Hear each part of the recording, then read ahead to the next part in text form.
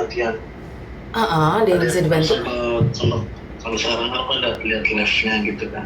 Oke, siap. Aku dulu kan kerja di Kamboja, sebelumnya aku admin judi online.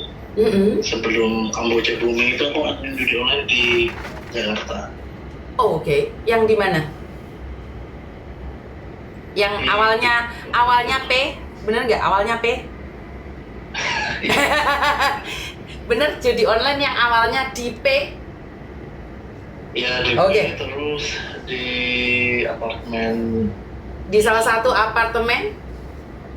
Ya, di salah satu apartemen lah. Oke, Oke, saya tahu itu. Terus? Aku dulu sebagai gaji para kreator, terus cari-cari influencer buat promosi akun-akun judi online kita. Kan kita itu pegang waktu itu ada 5 situs. Oke. Terus? Nah, terus setelah itu ada kasusnya inisial Pak S ya kan. Terus itu susah, semua ditangkapin kan. Lalu kita pindah ke Kamboja. Oh, yang di P itu sekarang udah pindah? Di P itu sebenarnya ada banyak situs nih, banyak bos di sana. Itu beda-beda perusahaan. Oh, beda perusahaan. Terus? Beda perusahaan. Cuma aku waktu di P itu nggak pernah adanya penangkapan, tuh nggak pernah. Itu aman ya dari situ ya? Selain itu. Terus? Lalu kita pindah ke disebar di bagian Filipina sama di bagian Kamboja. Waktu di Kamboja itu sebenarnya aku juga bingung ya. Yang diberitakan sekarang Kamboja itu ya kalau setauku waktu aku di sana sih dijaga sama polisi sendiri. Jadi sebenarnya tuh kita ada polisi masing-masing komplek, itu ada polisinya gitu. Jadi orang luar tuh nggak bisa masuk di komplek itu. Ada scam, ada judi online, ada macam-macam. Iya, termasuk wanita-wanita penghibur. Betul, itu ada. Itu ada. Dan kita pun di sana benar-benar disediakan fasilitas. Kalau untuk penyetruman atau semacamnya itu selama aku di sana belum ada sih. Kalau ada yang bunuh diri itu memang ada di sana. Waktu itu orang Indo cuma nggak terekspos ya. Jadi aku juga kurang tahu. Setelah itu langsung dijaga sama polisi yang di wilayah situ. Oke, posisimu sekarang ada di mana nih? Posisimu saat ini ada di mana? Aku sekarang dari Kamboja. Kamu di Kamboja? Enggak, udah lepas dari itu. Soalnya nomor HP-mu bukan Kamboja. Aku di Amerika sekarang. Oke, berapa tahun yang lalu? 3-4 tahun yang lalu kamu ada di Kamboja? 2 tahun yang lalu aku di Kamboja waktu itu. Oke. Saya kasih tahu kamu, sebenarnya informasi tentang Kamboja 3-4 tahun yang lalu saya dan Mas Uya sudah memberitakan ini. Tetapi tidak sevulgar hari ini. Karena mereka korbannya tidak berani speak up. Kalau yang dulu itu nggak berani speak up. Saya pernah 2 tahun yang lalu anak Lampung meninggal dunia, nggak bisa dipulangkan karena biayanya cukup mahal. Saya memberikan uang takziah kepada keluarganya sebesar 10 juta. Itu sebenarnya udah saya berhenti, nggak mau nolong orang, dan siapapun yang menelpon saya berbicara tentang Kamboja saya stop. Saya memang nggak mau membahas lagi. Dan di KBRI Kamboja sendiri sebenarnya udah males sih ngurusin kartu saking banyaknya. betul. Teman-temanku pun nggak keurus. Yang sempet kan ada demo orang Indonesia yang kerja di judi online di tempat waktu itu, demo karena gajinya nggak sesuai. Keluar semua paspor, ambil yang sebagian ada yang dibawa lari sama situs lain. Betul. Paksa gitu, Miss, dimasukin ke mobil, dipaksa gitu untuk kerja di sana dengan gaji sekian. Sampai sekarang ada juga yang belum balik. Kalau dia belum balik masih sehat nggak apa-apa ya, tapi karena sekarang ini korban lebih berani speak up ya, karena itu kekejaman itu terasa sekali. Kalau 3-4 tahun yang lalu kan nggak, mereka aja tidak berani nelpon saya secara terang-terangan, mereka nggak berani. Jadi mereka nelpon itu memang saya melindungi, saya sendiri nggak up. Akhirnya saya sama Mas Uya memulangkan beberapa orang. Yang jadi masalah itu mereka berangkat lagi, itu yang saya kecewa.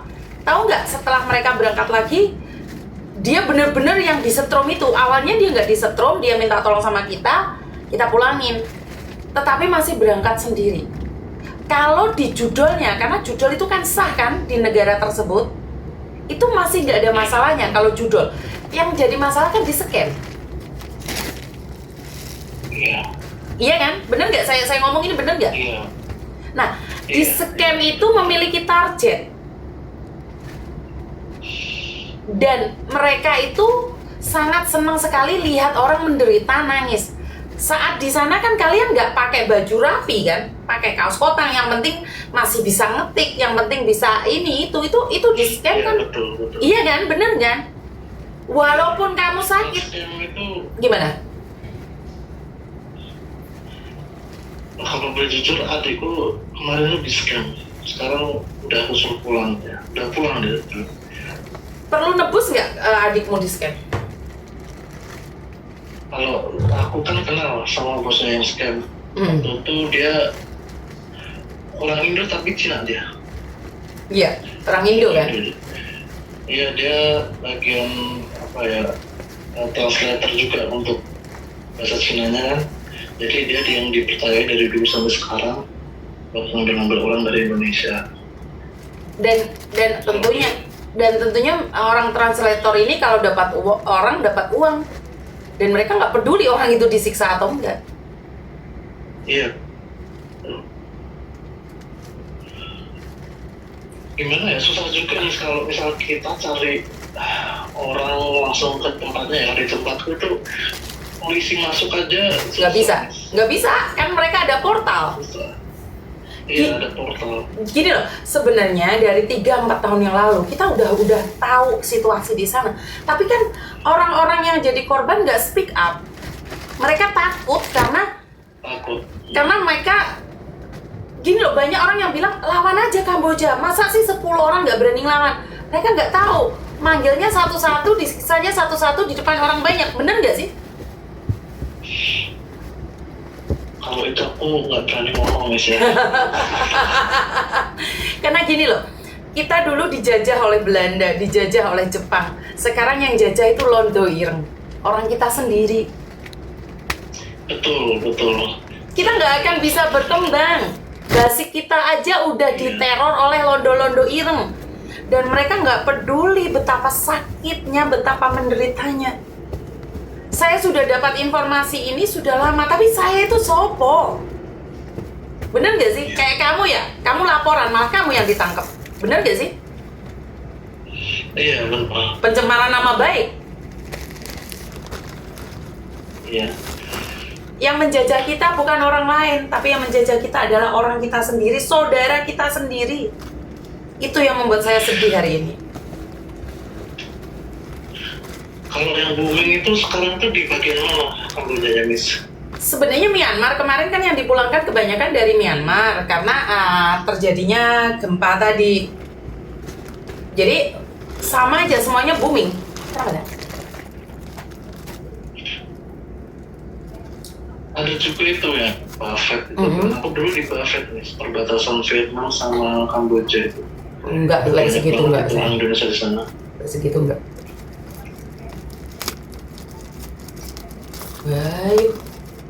Ya udah, yang itu wes. Berapa jam itu? Berapa jam? Sebentar ya Mas ya, soalnya anak saya telepon sebentar. Iya.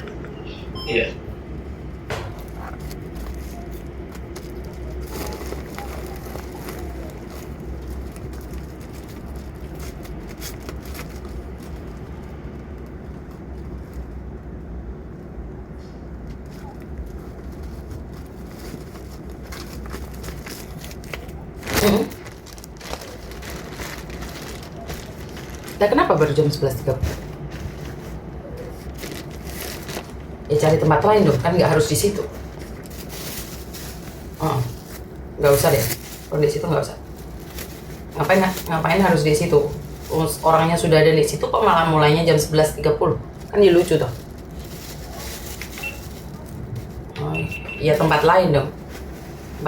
Staffnya kan bukan cuma satu, saya. Cari tempat lain.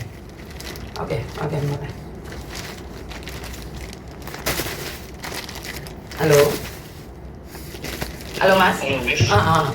Ya. Oke.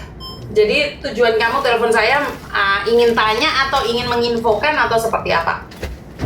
Aku ingin menginfokan kalau sama ingin ngebantu aja ya. Kalau misal cari orang, Miss bisa hubungin saya. Nanti aku kontak teman-temanku yang di Kamboja. Oke, siap. Sekarang masih di sana. Gitu. Oke, siap.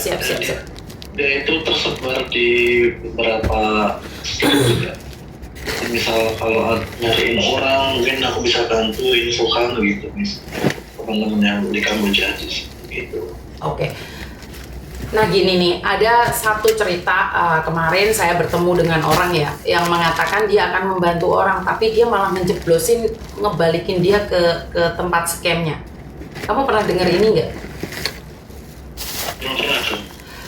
Jadi semalam itu kita coba conference dengan teman-teman yang dari Kamboja. Ada orang yang ngakunya itu mau membantu orang, tapi ternyata malah menipu keluarganya, minta uang, dan keluarganya diancam-ancam gitu loh. Makanya saya tuh bingung. Itu jadi jaminan gitu mah. Iya, orangnya ada di sana, ditemukan di sana, terus keluarganya kan sama perusahaannya mau dikembalikan nih, tetapi sama orang tersebut malah keluarganya dimintain uang, tapi malah nggak pulang, orangnya ini malah nggak pulang, belum pulang sampai sekarang. Makanya saya tuh bingung. Kan ini build the trust ya. Saya akan coba minta bantuan kamu seperti apa dan bagaimana. Tapi kembali lagi pada keluarga, karena saat dimintain uang kan keluarga itu sangat sedih sekali gitu loh. Sudah anaknya nggak dapat uang malah Kalau aku dulu kan juga ngeberangkatin orang, Miss. Cuma yang berangkatin udah pada pulang. Kalau aku ngeberangkatin orang itu, kalau dia mau pindah perusahaan itu harus ganti kerugian aku beliin tiket gitu. Jadi sebenarnya itu nggak jual beli sih, cuma mengganti tiket doang karena dia pengen pindah ke tempat temennya gitu. Ada temennya yang di situs lain misal dia mau ke sana, ya udah minta bos kamu ganti uang perusahaanku karena aku udah ngasih tiket ke kamu gratis gitu. Ada nggak gitu, Miss? Oke. Nah, ini pertanyaan saya nih, karena kamu kan bawa orang nih ke Kamboja. Yakin kamu nggak dapat 1 sen pun dari penghasilan untuk bawa orang ke Kamboja? Yakin. Aku nggak dapat karena aku itu ngajak teman-temanku yang udah kenal waktu itu di judi online Jakarta. Dia kan nganggur juga kan, Miss. Tolong gitu kan. Aku buatin paspor, aku kasih tiket, ganti semua. Cuma digantinya nanti setelah kerja di sini gitu. Oke. Karena setahu saya nih kayak kasusnya Bu Ani, siapa lagi itu kemarin itu enggak loh. Mereka itu dibayar per kepala itu 20 juta. Makanya itu agen. Oh, itu agen ya. Nah, itu dikatakan kerja di restorannya dia atau di hotel, tapi pada kenyataannya bukan mengganti tiket pesawat loh ya, bukan loh. Menggantikan harga diri dan tubuhnya ke para leader. Itu beli itu. Bukan, dia itu bekerja di scam karena dia nggak bisa ngomong kamu mau ginjalmu utuh atau mau ginjalmu lepas. Ini ada saksinya, ada orangnya. Dan orangnya saat ini ada di rehabilitasi Indonesia. Ini nggak bercanda, ini bener. Baru dengar itu serius. Iya, orangnya sekarang hamil 9 bulan. Hamil dari anak-anak leader tersebut. Hamil besar loh dia. Nggak bercanda loh. Jadi setiap malam itu digilir, setiap hari. Karena dia tidak mampu membayar.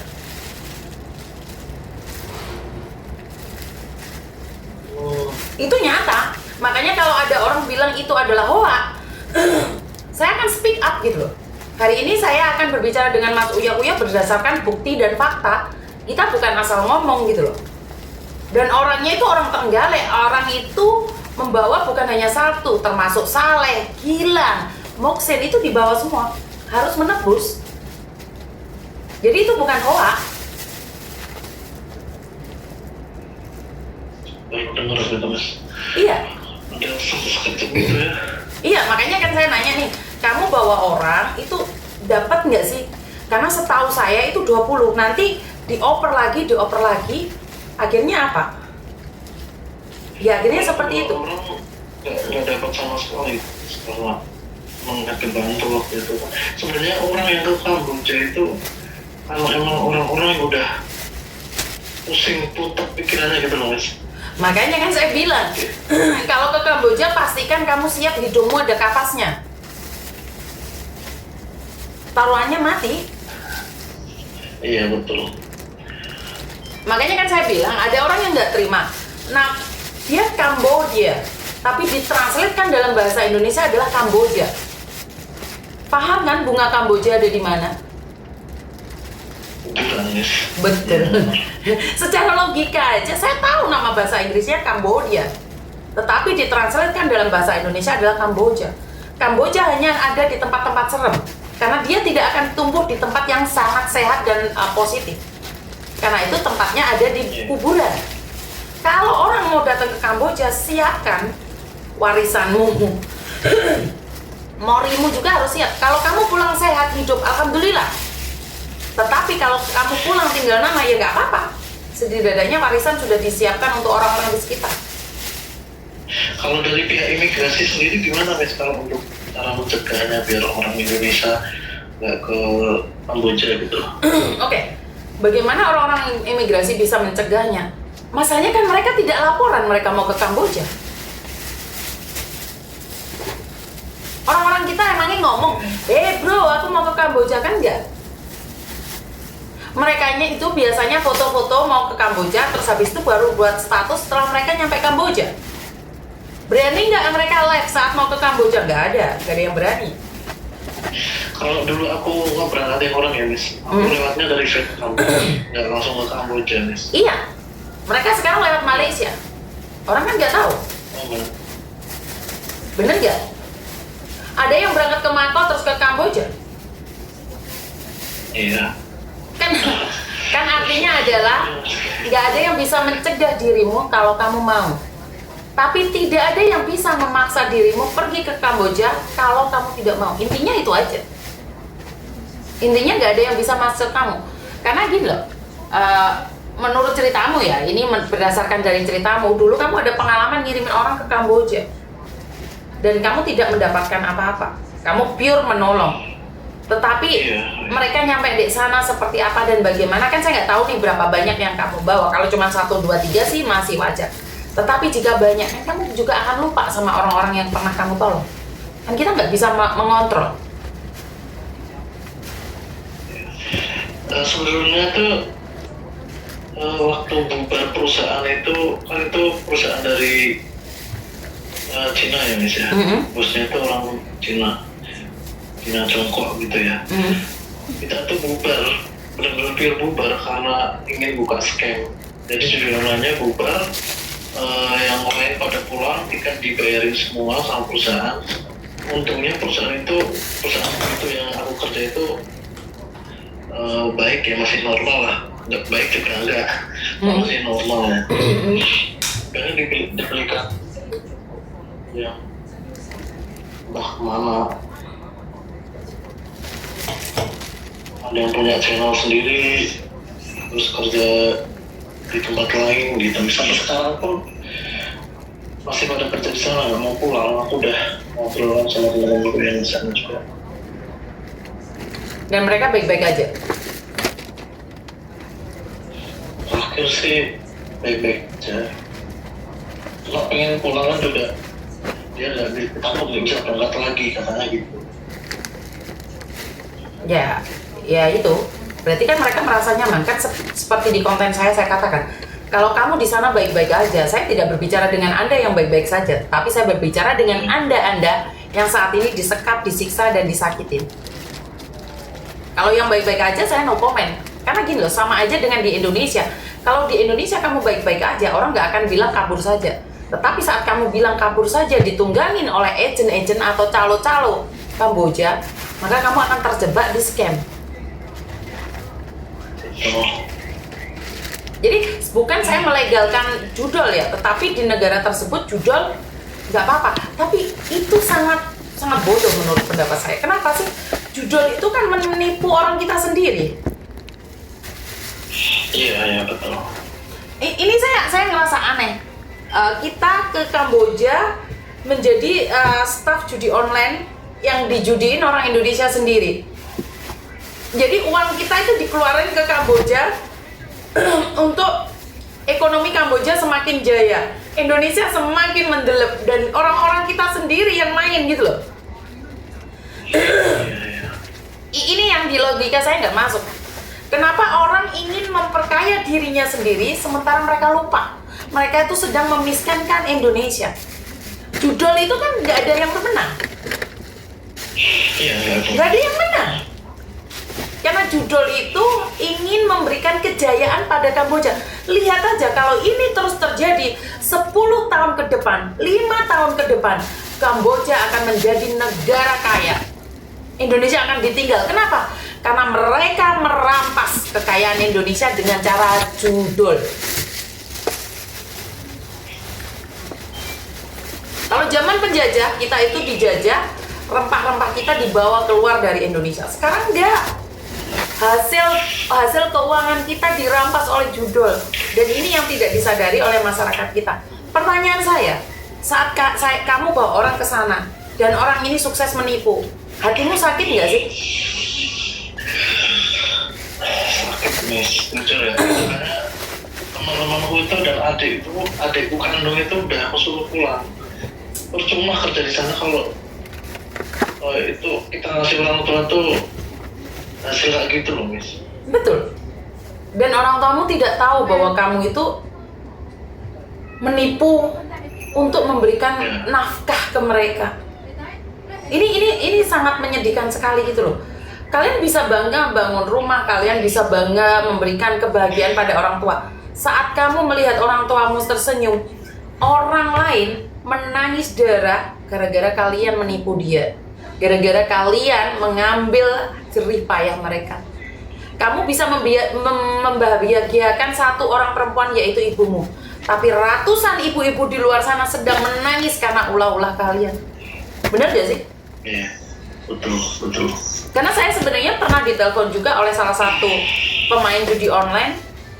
Mereka seneng, tapi mereka menangis karena mereka bilang, saya dijadikan raja di saat ini, Miss.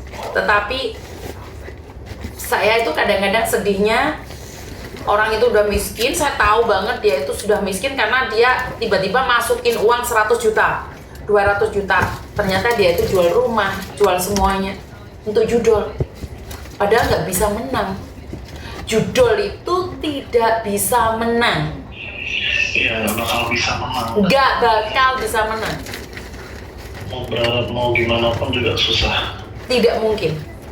Tetapi masyarakat kita terlalu bangga bisa judol gitu. Jadi apa yang bisa saya katakan? Nggak ada. Main aja, udah suka-suka kalian. Saya nggak bisa melarang untuk orang melakukan karena memang saya nggak bisa. Jadi artinya adalah kita membiayai orang tua kita membahagiakan satu perempuan, tetapi ribuan perempuan di luar sana menangis karena anak-anaknya gila judol. Ya. Iya. Ya wis, intinya terima kasih informasinya. Nanti saya akan komunikasi dengan kamu. Saya simpan nomormu ya. Biasa. Iya, terima kasih. Oke, terima kasih. Bisa ngobrol sama sini. Oke, kita bisa berbagi pengalaman. Assalamualaikum. Waalaikumsalam. Teman-teman, saya tidak pernah berprasangka buruk pada siapapun karena menurut pendapat saya segala informasi kita bisa menampung. Saya tidak pernah menghakimin orang bahwa dia itu seperti ini, seperti itu, seperti ini. Dan ingat, pengalaman saya itu tidak sama dengan pengalaman orang lain. Makanya kita harus menyerap ilmu orang lain untuk bisa mendapatkan informasi juga. Dan kita selalu menghakimi orang lain, oh ini mungkin itu, mungkin ini, mungkin itu. Tidak. Saya sudah terbiasa dididik oleh keluarga saya, jangan terlalu cepat menghakimi. Karena bisa jadi itu adalah musuhmu, tapi bisa jadi dia adalah penolongmu. Jadi saya tidak pernah berprasangka buruk pada siapapun. Bener gak sih? Dan saya cuman ingin berkata bahwa judi tidak akan bisa membuat kamu kaya karena mereka sudah disetting. Kalian itu benar-benar harus tahu bahwa hidup kita itu bukan hanya diri kamu. Contohnya, kamu bisa membahagiakan satu orang ibu, tetapi ibu-ibu yang di luar sana menangis karena ulangmu bermain judi. Berapa banyak anak-anak muda sekarang rela menjual keluarganya, rela menjual rumah ibunya hanya untuk judol. Dan kamu mendapatkan gaji dari judol hanya membahagiakan satu orang perempuan, yaitu ibumu. Jadi, Miss jangan lupa minum air. Siap. Kenapa Mbak? Halo. Kenapa sayang? Halo Michelle. Aku boleh sharing nggak? Oh, oke, silahkan. Sebelumnya ya